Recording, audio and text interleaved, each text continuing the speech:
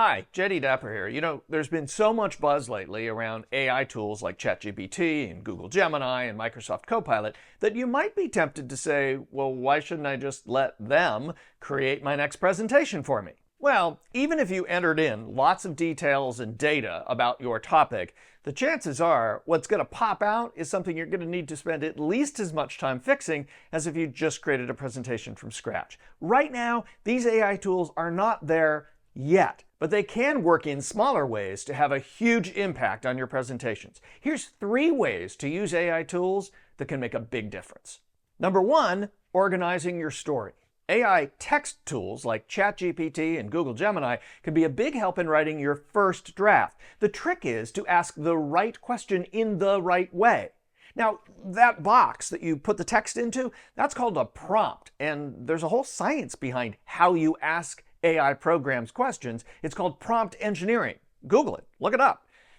There's a lot. Without going super deep into prompt engineering, it's helpful to understand that AI tools like these are designed to resemble humans in the way they answer your questions. And that's why giving your prompt a persona can be really, really helpful. Here's what I mean. So let's say I'm making a presentation to my internal marketing team for a new software update. And there's a lot of information I want to get across in this, including, for instance, new features, changes to existing features that users are going to have to experience, new pricing. All of this I want Gemini to use to create a narrative. So here's my prompt.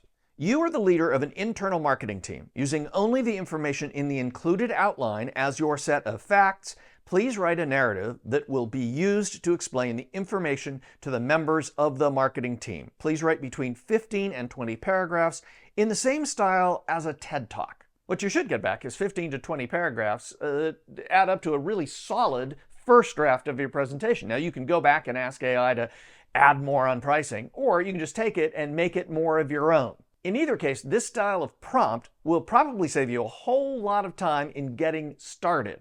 And that is, after all, the biggest battle in most presentations. Number 2, lose the stock image. A lot of the time when you're building slides or a presentation, you're going to want to use images. And maybe you have an account with iStock or Getty, or maybe you're using a royalty-free site, or maybe you're just grabbing images right off the web, which is not always the best idea. But you are limited in every case by what is available to you.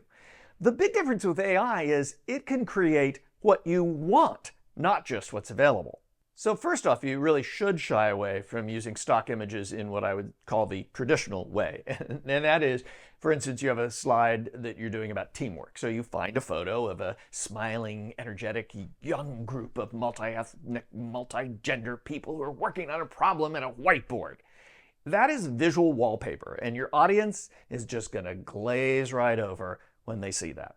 Better, though, to think outside the box. Maybe instead of that, you use a football team huddling or a team of horses pulling a carriage.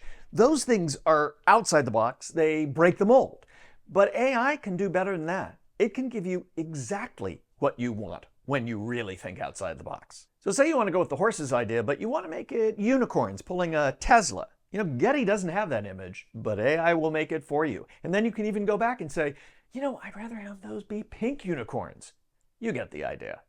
Number 3, make it your test audience. Most advice around practicing presentations involves you giving the presentation to friends or colleagues, or maybe recording yourself doing it. But AI can allow you to test your presentation with an audience that doesn't know you. Now, AI can't actually see you do the presentation, but text AI tools can read your presentation and give you really good feedback. Here's how to do that. Start by practicing your presentation and recording it on your phone, for instance, and then downloading that audio file and transcribing it. There's lots of tools that can do that. Google Docs can do that.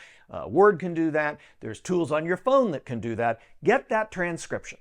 Next, do a sweep through the transcription to get it close. It's not going to be perfect, but at least clean up the really obvious mistakes so that AI can analyze it accurately. Now, copy this entire text and paste it into ChatGPT or Gemini or Copilot with this prompt.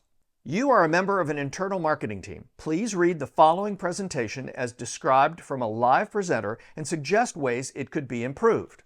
And you can add more details, like make it funnier, make it clearer, make it smoother, whatever it is that you want to accomplish. Just remember that until AI can actually watch your presentation and give you a critique, this trick works on the text of your presentation, not the actual presentation itself. So the bottom line right now with AI and presentations is it's a really great tool for helping you write a presentation and organize a presentation, but it can't really build a presentation from scratch yet. And that's probably something to be thankful for, because once it can, your job may be very different.